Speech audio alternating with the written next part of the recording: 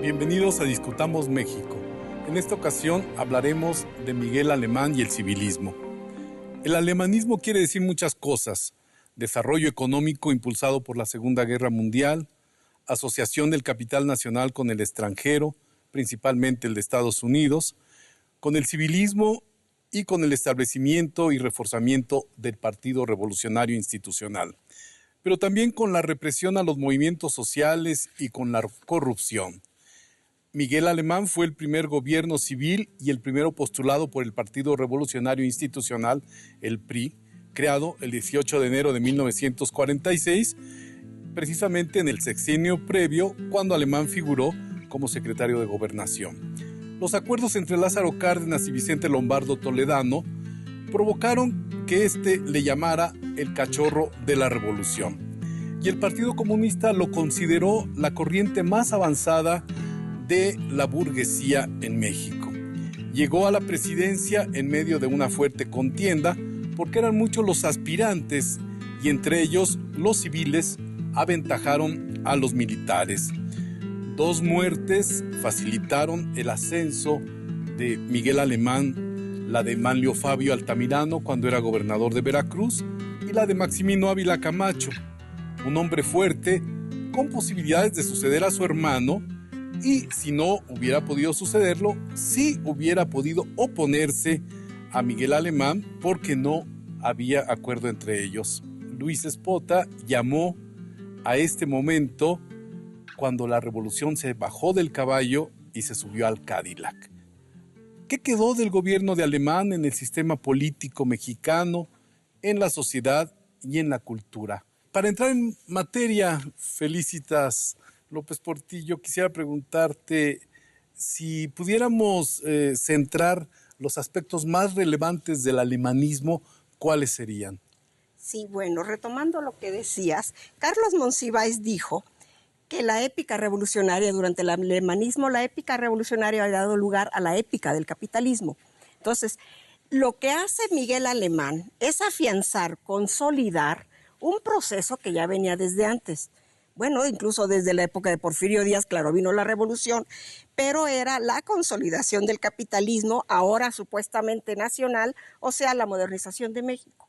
Y para eso se lanzó con un programa económico muy ambicioso. Los críticos decían que no tenía las suficientes bases para hacerlo si tomamos en cuenta que el 70% de la población era población rural.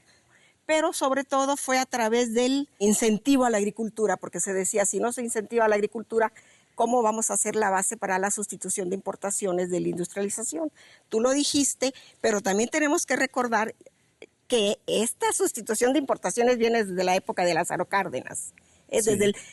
Bueno, sobre todo en el 39, 38, con la nacionalización petrolera, en el 39 hubo una ley de exención de impuestos durante 5 años a industrias nuevas. Entonces, es un proceso que viene de lejos y que, diremos, cuaja perfectamente en el alemanismo, en un intervencionismo estatal rector, impulsor y consolidador de una burguesía que se quería nacional, que ya vimos que no lo fue, pero que hizo ese intento, ¿no? Es el viejo sueño liberal decimonónico. Los pequeños propietarios, la clase media agrícola, similar a los farmers norteamericanos, diremos, ¿no? Pero Lázaro Cárdenas pone la base social y política de lo que posteriormente es el avilacamachismo y es el alemanismo, ¿eh? No se nos olvide de eso. Claro, Cárdenas hizo el énfasis en el ejido colectivo. El ejido no era tan productivo, digamos, era sobre todo cultivos de subsistencia, todo eso. Y se apostó más a los empresarios agrícolas privados. Son los empresarios nylon.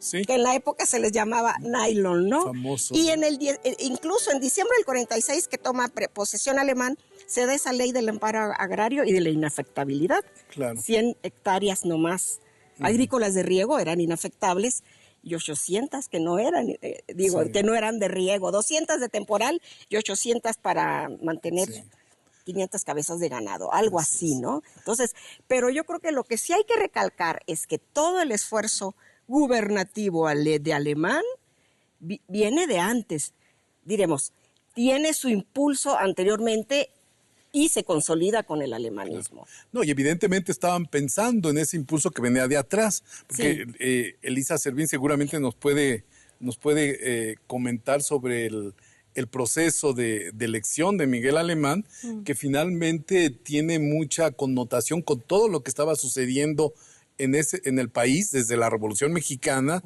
después de los gobiernos de la Revolución y postrevolucionarios. Sí, yo creo que lo que distingue la elección de Miguel Alemán es que se da en la coyuntura de la recién posguerra.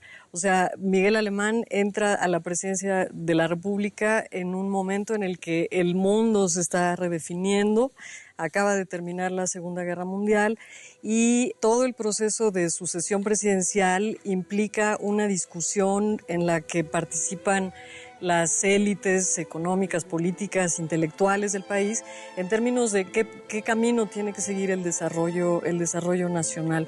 Yo creo que lo que define Miguel Alemán o el triunfo de Miguel Alemán es una vía de desarrollo concentrada fundamentalmente en que el país crezca en una alianza entre los capitales privados y el Estado, con una intervención directa de los capitales extranjeros y especialmente de los Estados Unidos. Y en ese sentido lo que se define es una nueva relación con Estados Unidos, una relación que además se da en el contexto de la naciente Guerra Fría. Miguel Alemán hace explícito su interés porque México pertenezca al entonces llamado mundo libre, y lo pongo entre comillas porque el mundo libre está sujeto a la órbita de la hegemonía estadounidense, y hace del anticomunismo la bandera, digamos, con la que se va a legitimar la exclusión de la izquierda y de las distintas oposiciones.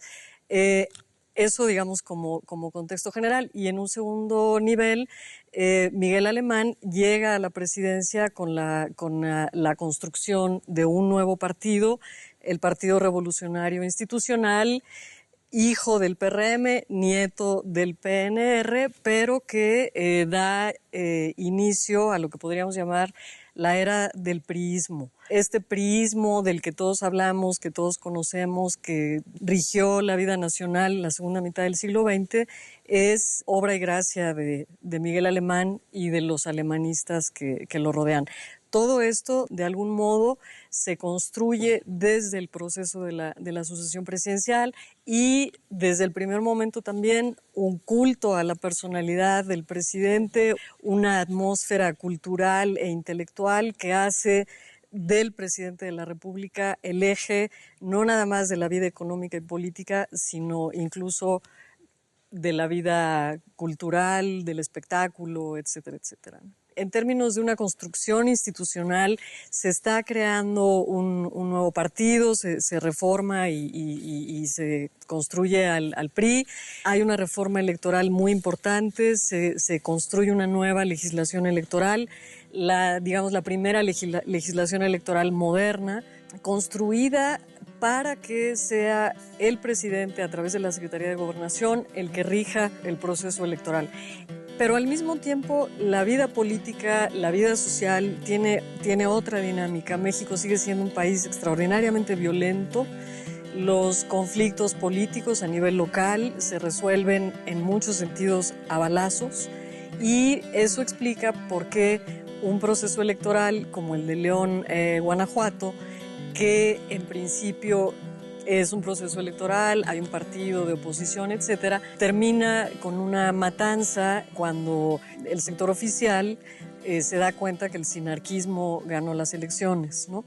Esto se va a repetir, insisto, yo creo que a lo largo de todo el siglo XX. El sexenio de Miguel Alemán va a acabar con otra matanza, ya hablaremos de eso al ratito. Fundamentalmente lo que se está construyendo es esta dinámica contradictoria de hablar de un país de leyes, vivir o construir a nivel de discurso un país de leyes, sin que esto realmente implique que México sea un país de leyes.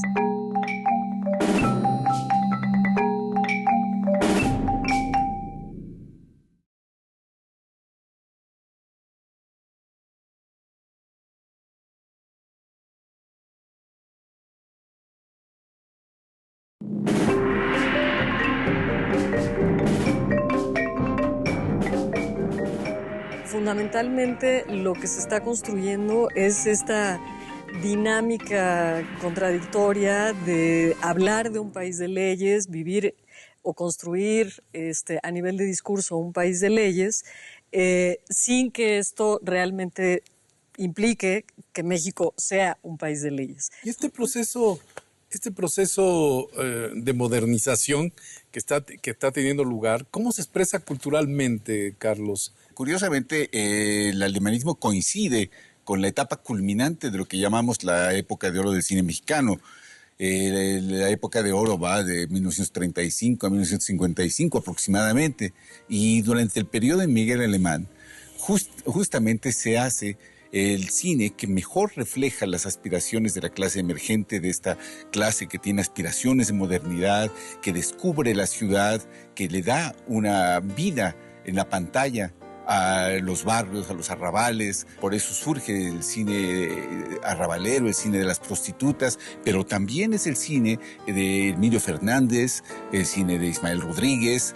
Es el momento en que, por ejemplo, Nosotros los Pobres, que ha sido uno de los éxitos mayores del cine mexicano, puede permanecer en cartelera un año en el cine colonial, porque hay que considerar que la migración campesina a las ciudades, el incremento poblacional durante Miguel Alemán, que es considerable, ha venido incorporando nuevas masas que buscan reflejos en la pantalla de lo que es su nueva vida, cómo se están aclimatando, cómo están viviendo la ciudad. Y esto genera prototipos, genera imágenes que emular.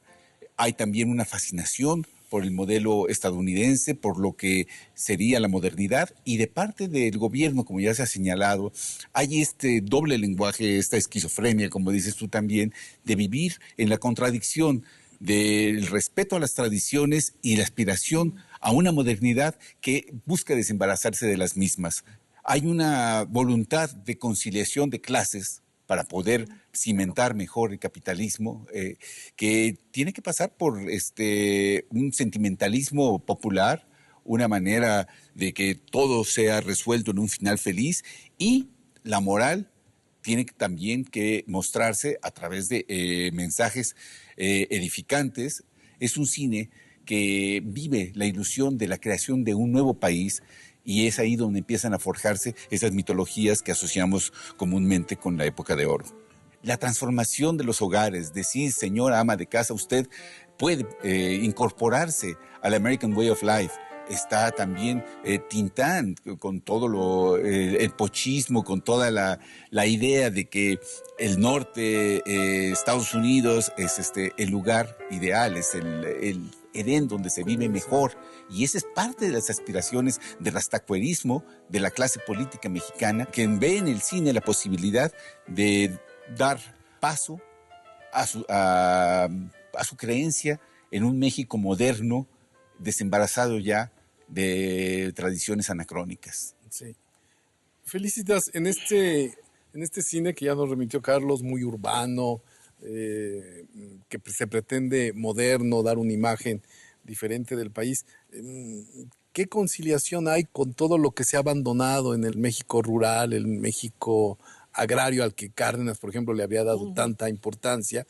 Y aquí más bien ya es lo agrario, pero con mucha irrigación, con grandes presas, con toda la obra de infraestructura que también comienza a hacerse en ese momento. Hay de todas maneras un eje de desplazamiento de lo económico más hacia lo industrial, urbano, Sí. sindical, etcétera. Ajá, claro que sí, porque lo que se quería era parecerse a Estados Unidos, y el paradigma no era Francia, como en la época porfirista, ¿no?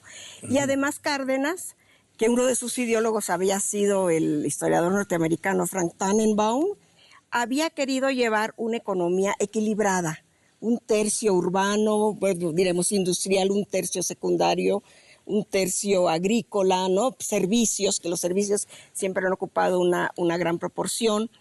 Si seguíamos así, decían los ideólogos del industrialismo, no íbamos a poder salir de pobres nunca. ¿Por qué? Porque se argumentaba que México era un país pobre. Teníamos recursos naturales, pero no sabíamos cuánto. No teníamos mucha agua. Bueno, a partir de árida América, de Querétaro para arriba, es árido. nomás en el sureste hay agua, y sobre todo el deterioro de los términos de intercambio. Entonces, por eso se tenía que decir, exportábamos materias primas, recursos minerales, agrícolas, e importábamos productos manufacturados. Pero siempre había un desbalance, sobre todo a partir de la Segunda Guerra Mundial. Todavía en el último tercio del 19, el desbalance no era tan grande entre los países agroexportadores, diremos, y los países desarrollados. Por eso se hizo este énfasis en la industrialización por sustitución de importaciones. La iniciativa privada quedaría a cargo de la industria ligera, ¿no?, que es la de bienes de consumo duradero, y el Estado quedaría a cargo de los bienes de capital, petróleo, electricidad, metalmecánica, siderúrgica, y de insumos intermedios que no pudiera la iniciativa privada competir, diremos, ¿no? Entonces, al final de cuentas, se trataba de un intervencionismo estatal que le ponía la mesa servida a la iniciativa privada para que a partir de allí es la base de esta industrialización, que primero era sustitución de importaciones y posteriormente iba a ser bienes de capital, ¿no? Cuando ya la iniciativa privada o la burguesía creciera lo suficiente, ya ella tenía que tomar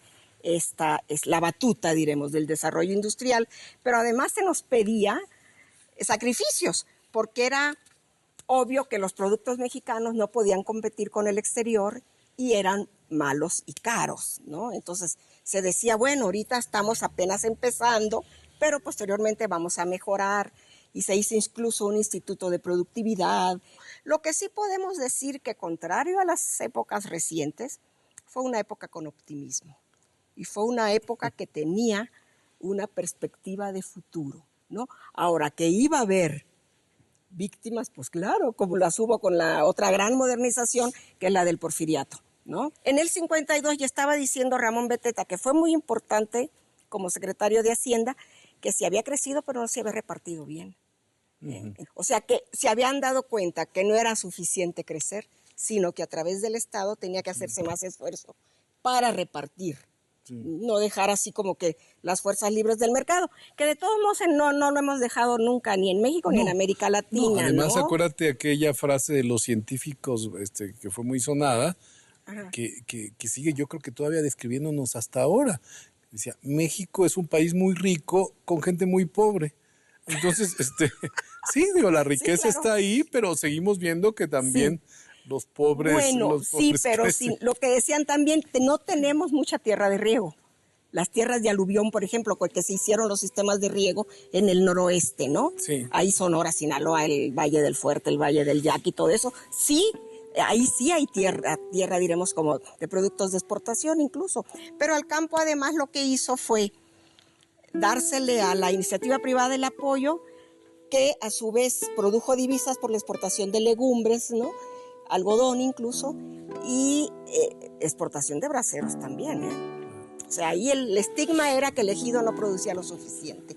Porque además, sí recordemos que el ejido fue una fórmula política social, no económica, ¿no? Yo creo que es un problemita que todavía... Pero me gustaría retomar más la idea que expresaste del optimismo. ¿Este optimismo se ve en el cine, Carlos? Sí, ¿Hay optimismo? Mira, hay la manera de escalar socialmente. Puedes pasar del antro, del tugurio, a la residencia de las Lomas. No es otra la trama de Aventurera de Alberto Gut. Todo es posible y hay un final feliz a pesar de todos los percances y los crímenes y todo. Finalmente, la aventurera logra colocarse en el terreno de la sociedad, de la alta sociedad, y exponer los vicios, las contradicciones, la moral hipócrita de esta sociedad e infiltrarse. El alemanismo de algún modo certifica la posibilidad de este tránsito. Todo mundo es capaz, por las vías que se quiera, por eso es un reflejo de la corrupción generalizada, de cumplir sus propósitos en un país de las grandes oportunidades.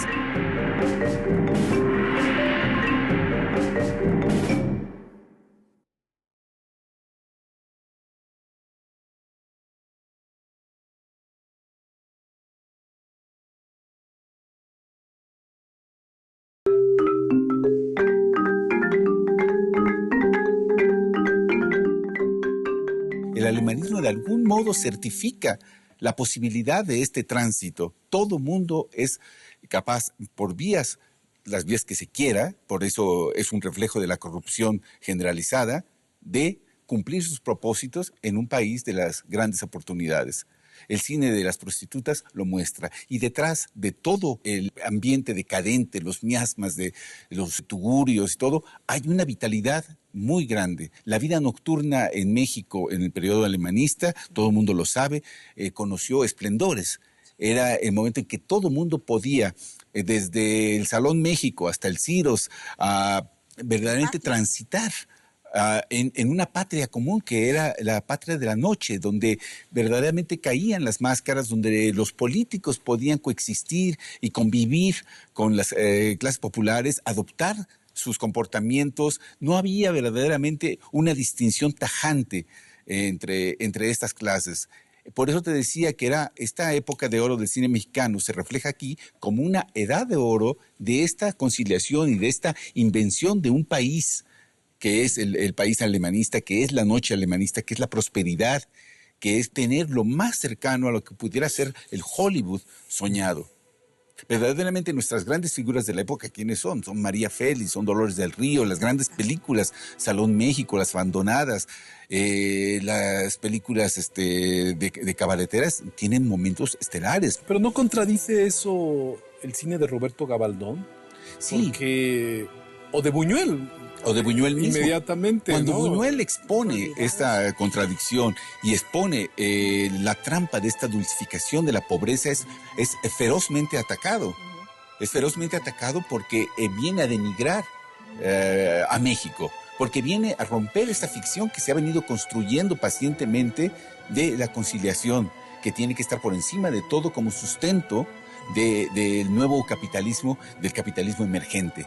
Sin esta idea de que los pobres pueden llegar a ser ricos si saben únicamente cómo avanzar, cómo transar, diríamos. De esa manera, cuando Buñuel muestra a los olvidados, él muestra el rezago social, él muestra la imposibilidad de la caridad, como lo haría después en Viridiana. Él muestra verdaderamente los límites de ese optimismo. Hay optimismo, pero ¿en qué reposa este optimismo? Es una ficción más, y el cine que maneja estas ficciones encuentra en el alemanismo la mejor, la más productiva y prolífica de sus ficciones. Elisa, perdón, nada más, en la política podemos ver, hay posiciones optimistas cuando hay represión sindical, cuando hay toda esta exclusión de la izquierda que se ha venido fraguando, y el apogeo de la CTM en ese momento, de la cual no hemos hablado todavía, ¿no? Es un proceso de modernización del que se benefician pocos, se beneficia sobre todo una naciente clase media que sobre todo se va a desarrollar en los años 60, pero es un proceso de modernización basado fundamentalmente en la exclusión de los campesinos, en el abandono del campo mexicano tradicional y basado en el desarrollo de una nueva clase empresarial agrícola a la que se le van a dar todos los apoyos, pero en donde los campesinos, que son todavía la población mayoritaria, quedan fuera, y que es la otra cara de este proceso de desarrollo. Obviamente hay que ajustar las cuerdas de la política para que esto pueda suceder. Cuando yo decía que el alemanismo es un poco el emblema del priismo que padecimos en la segunda mitad del siglo XX, me refiero a construir un mecanismo en el que hay de tres. O se negocia, o se coopta, o se reprime.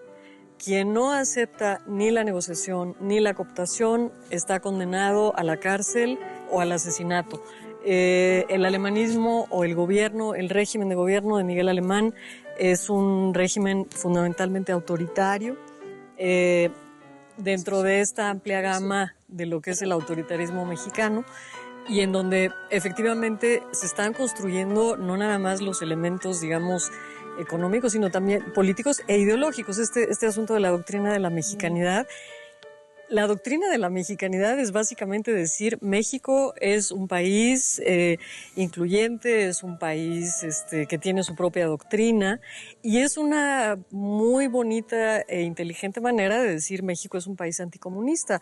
Nosotros somos mexicanos, y como mexicanos, por definición, somos anticomunistas. Es decir, de entrada es una propuesta que excluye a quienes en ese momento todavía se asumen como comunistas, con la idea de que los Estados Unidos no se asusten de que en México pueda haber un diputado comunista en el Congreso.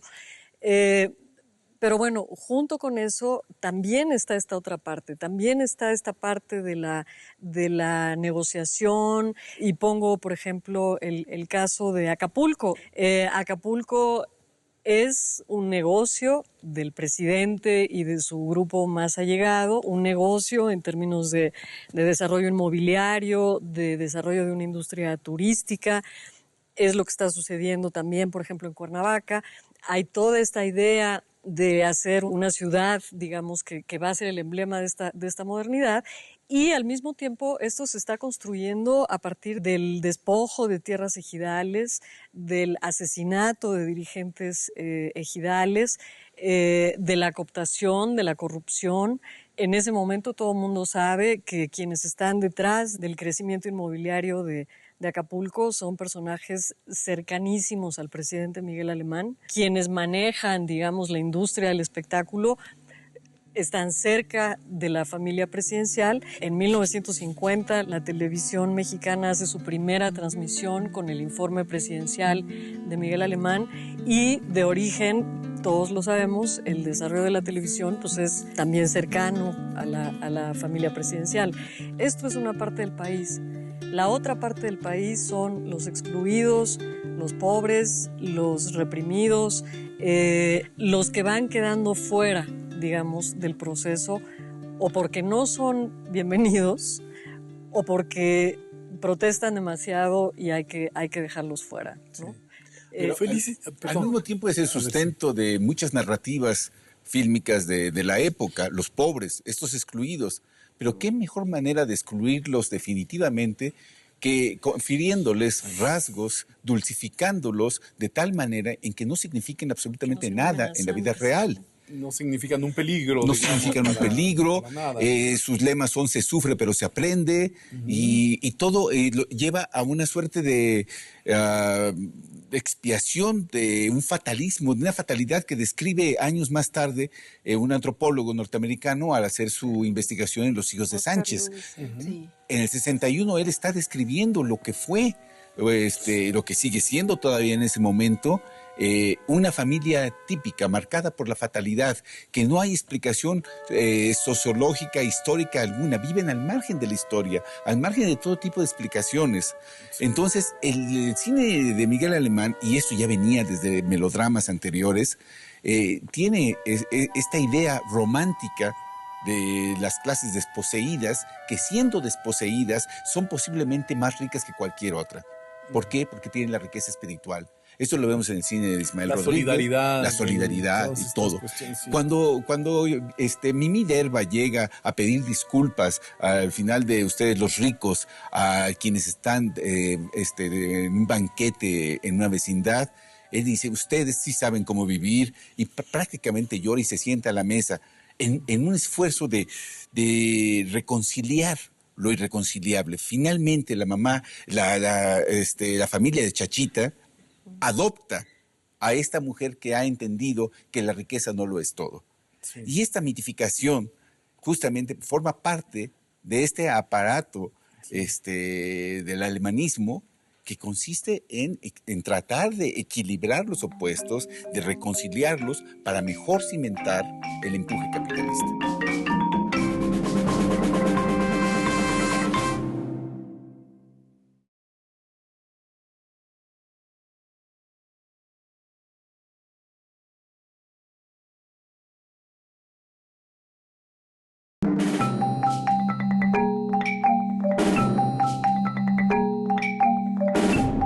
Y esta mitificación justamente forma parte de este aparato del alemanismo, que consiste en tratar de equilibrar los opuestos, de reconciliarlos para mejor cimentar el empuje capitalista. Pero a mí me gustaría también ver más hacia afuera. Miguel Alemán recibe es apoteósica su llegada a Washington. Uh-huh. Es el primer presidente de México que llega hasta la sede del gobierno de Estados Unidos. Teníamos encuentros previos, ya sabemos, desde la entrevista a Taft Díaz, Ávila Camacho, después, en fin. Pero el recibimiento que tiene Miguel Alemán es absolutamente ya de esta época de los confetis y de las grandes caravanas, etcétera, y sale retratado siempre frente a mujeres muy guapas, no sé de dónde si venían con Hollywood o no, pero ¿por qué esto Bueno. explica la relación tan fuerte que quiere tener Estados Unidos con México en ese momento? Yo creo que Estados Unidos está celebrando que México haya quitado su nacionalismo hosco, arisco, ¿no? Intransigente. Al final de cuentas, Alemán era un abogado civil, joven, guapo, simpático, la gran sonrisa y todo eso. No era ningún enemigo para nada, pero recordemos también, eran los 100 años, además, por eso fue. Primero vino Truman, luego fue él. Sí. Eran los 100 años de la pérdida de Texas y la guerra con Estados Unidos y todo, ¿no? Pero ahora ya éramos aliados en la Guerra Fría, en todo eso, como habíamos sido aliados ya en la Segunda Guerra Mundial, pero no le fue tan bien a Alemán. Él pidió préstamos para el petróleo nacionalizado y no se lo dieron. También tenemos que recordar esto, el esfuerzo industrial se hizo constructivo porque lo hubo, se hizo sobre todo con recursos internos.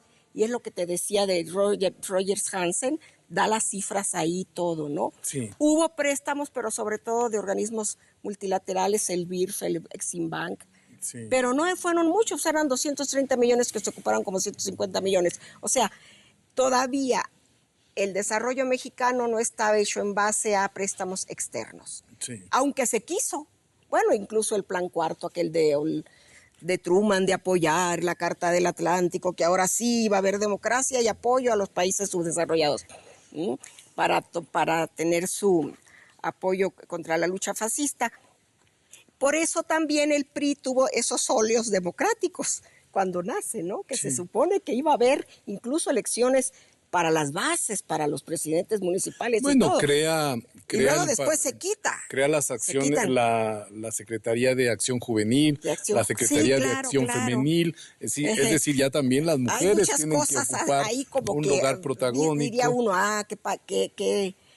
qué democrático el PRI, pues no, Sí. porque nomás quedó en estatutos y luego lo quitaron, porque al Bueno, final de cuentas... ahí me gustaría que tratáramos para ir cerrando esta conversación.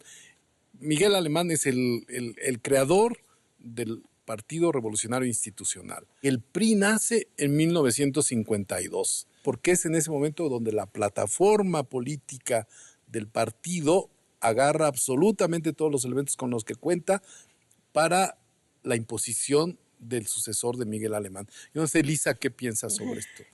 Bueno, diferiría un poco de que se construye en 52. Creo que todo el sexenio de Alemán es ir justamente como afinando, como acabando de apretar las últimas tuercas para que la maquinaria funcione perfectamente bien. Y justamente la prueba de fuego de que esa maquinaria autoritaria funciona perfectamente bien es la sucesión presidencial de Miguel Alemán en 1952. La otra cara del alemanismo pues se refleja en esta elección presidencial cuando vemos la irrupción de los descontentos organizados en el apoyo a una candidatura de oposición. Curiosamente, y pese a esta nueva idea que se ha construido de un régimen civilista, moderno, democrático, etcétera, lo que vemos en la elección del 52 es, en primer lugar, el resurgimiento de los generales revolucionarios diciendo: nosotros hicimos la revolución, ¿por qué ahora ya no podemos disfrutarla, ¿no? Por un lado. Por otro lado, la rearticulación de esta izquierda que fue excluida durante 6 años, que se articula en torno a la candidatura del general Enríquez Guzmán y en donde los cardenistas juegan un papel muy importante.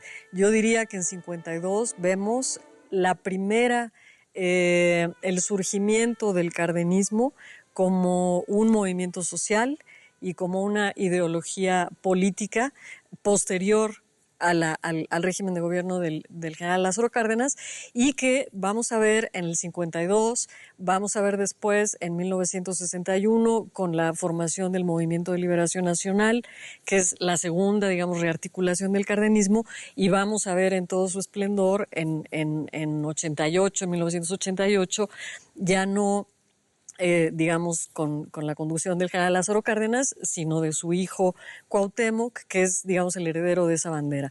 En el 52, entonces, lo que vemos es esta rearticulación política, digamos, de los que han sido excluidos, pero también la expresión de una sociedad enojada, cansada de la corrupción, cansada del autoritarismo, cansada de verse en la pantalla, pero no verse, digamos, no disfrutar en la vida real de lo que aparentemente se disfruta en la pantalla. Los campesinos cardenistas, los mineros y los petroleros y los ferrocarrileros que han sido golpeados, que han sido reprimidos durante el sexenio de Miguel Alemán, van a apoyar al general Enríquez Guzmán. Oye, ¿por qué si lo apoyó tanta gente, tantas organizaciones? ¿Por qué no ganó si tuvo un apoyo tan fuerte de esos grupos? Porque la maquinaria, y regreso aquí a la frase que estaba pensando, porque la maquinaria priista ya está funcionando al 100%. Bueno. Es decir, porque la combinación de negociación, cooptación y represión permite, en primer lugar, que el PRI gane las elecciones, pero todas las elecciones. En el 52 hay una discusión muy interesante en la que participa, por ejemplo, en la que participan los Estados Unidos. Se discute si la democracia mexicana está en condiciones de abrir el espacio legislativo a la oposición. Y hay muchos sectores que creen que Miguel Alemán, que lleva 6 años de un discurso democrático, le va a abrir el espacio del Congreso a la oposición. Falso, no le abre el espacio a la oposición de nada. El 7 de julio de 1952, un día después de las elecciones, los militantes enriquistas salen a festejar un aparente triunfo electoral, convocan a un mitin en la Alameda Central de la Ciudad de México y la respuesta del régimen es absolutamente brutal. Hay granaderos, policías, soldados diciéndole a la gente: el asunto de la democracia pertenece al discurso, no pertenece a la vida real.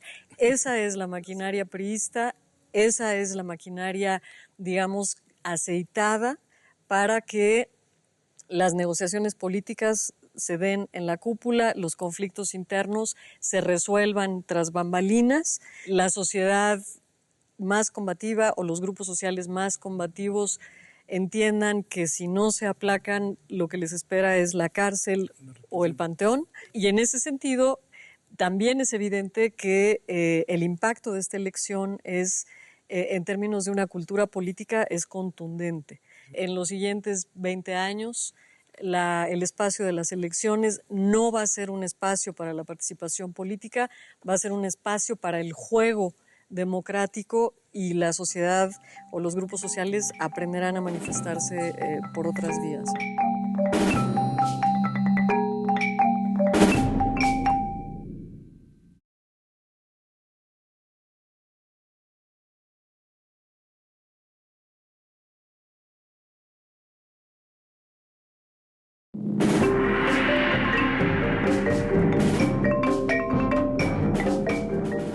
En los siguientes 20 años, el espacio de las elecciones no va a ser un espacio para la participación política, va a ser un espacio para el juego democrático, y la sociedad o los grupos sociales aprenderán a manifestarse por otras vías, ¿no? Es interesante que es un sexenio entonces que comienza con una matanza, es el prolegómeno de esto, la matanza de León, termina con Guanajuato, y termina con la matanza de De la la Alameda. Alameda. Resumiendo, En el cine, la prolongación en el cine es la decadencia del cine mexicano, porque durante los años 50 cambia totalmente. Es decir, el cine se vuelve más superficial, más frívolo y se vuelve sobre todo moralista. Recordemos que en ese momento ya está como regente de la ciudad, el regente de hierro, Ernesto Uruchurtu, y la vida nocturna cambia radicalmente. Con ese cambio, el cine registra en sus nuevas maneras de abordar las temáticas que antes registraba, que antes tenía como importantes, ahora son desplazadas por melodramas conyugales, por comedias juveniles. bueno, también internacionalmente el escenario ha cambiado mucho porque Mucho. México había podido vender una gran parte de su producción cinematográfica porque Hollywood no estaba trabajando Exacto. a todo lo que daba por la guerra, y ya hay la recuperación, y la vida nocturna también se impacta con eso. Se impacta y porque- también está la desaparición de las grandes figuras. Sí. Poco a poco van diluyéndose, desapareciendo o muriendo de plano. Y entonces la gran mitología del cine mexicano empieza a volverse un costumbrismo sin interés. ¿Qué nos dejó el alemanismo? CEU. CEU. Bueno, ahorita- a los ahorita- universitarios, Familiar. y fue importante para la es vida que fue cultural importante del la país. construcción de Ciudad Universitaria, se sacó del centro también para desactivarle presiones al centro, diremos, ¿no? De los estudiantes y todo. Pero era para las clases medias. Se nos olvida también que como con el porfiriato, lo que se quería era un colchón, crear una clase social colchón que moderara los extremos tan grandes, diremos, de entre pobreza y riqueza en México. Entonces, las clases medias son las que estamos supuestamente en ese colchón, y CEU, diremos, fue parte de esa manifestación, aparte de la cultura esta arquitectónica moderna y todo eso, ¿no? La construcción de familiares. Sí, el Le Corbusier, quién sabe qué.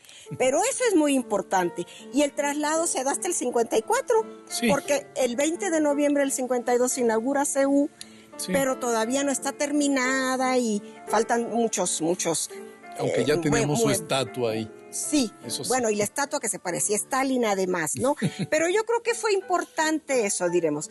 Era también la generación urbana, civilista, universitaria, que trataba de hacer un país a su imagen y semejanza, ¿eh? Sí. Digo, y hasta 1960 fuimos una sociedad urbana, no es poca cosa. En cuanto a la corrupción, por supuesto.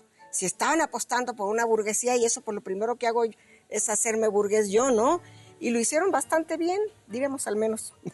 Bueno, creo que las bases de lo que fue ese régimen se han mostrado aquí. Creo que realmente dejó muchas cosas en términos de la modernización, de la industrialización, etcétera, pero también nos dejó todos estos vicios de la política, porque la legitimidad se construye dentro del partido.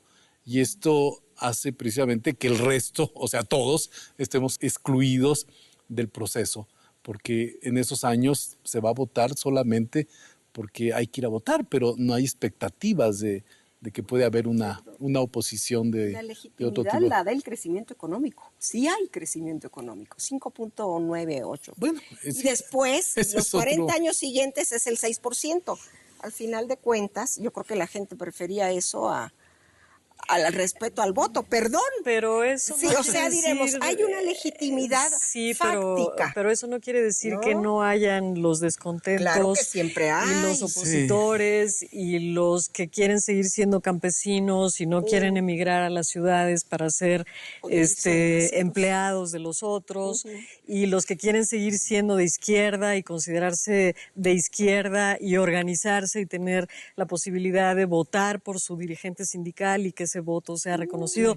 Todos esos también existen, todos esos también están ahí, todos esos también son parte de la historia. Y finalmente lo que logra Miguel Alemán, además del control político y del ascenso, digamos, del crecimiento económico, lo que logra es construir una imagen de su gobierno que de algún modo seguimos aceptando, digamos, acríticamente, ¿no? Miguel Alemán es el emblema de la corrupción, es el emblema de una manera de ejercer el poder en la que el que se beneficia en primera instancia es el político, ¿no?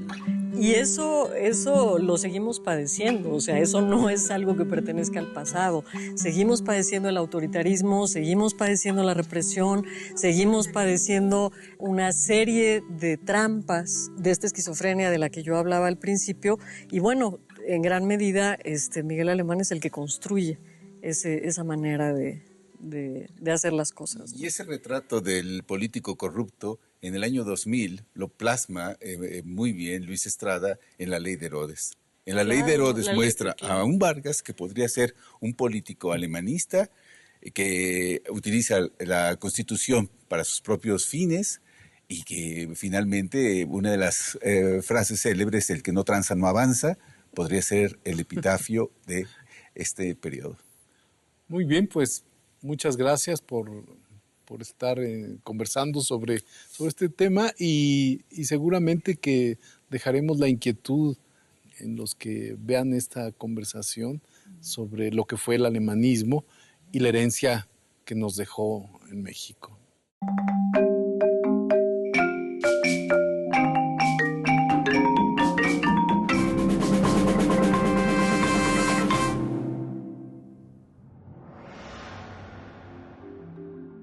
Medida en relación con el parámetro cubano, la Revolución Mexicana pues no sale tan bien librada, ¿no? Porque la revolución está doblemente atrás, está como antecedente histórico y como objetivo de gobierno. ¿No da la impresión de que sea una clase política autista? Cómo las condiciones que le toca a cada uno obligan a una experiencia y un manejo distinto de las acciones políticas, ¿no? Algún presidente de la República corren leyendas sobre su sentido del humor, sobre su capacidad de improvisar, etcétera, sobre Ruiz Cortines. Y sobre López Mateos, su vocación por viajar, su gusto por la fiesta y las mujeres, en fin. Pero en este caso creo yo que mi conclusión sería que Ruiz Cortines era un personaje mucho más timorato de lo que sugiere.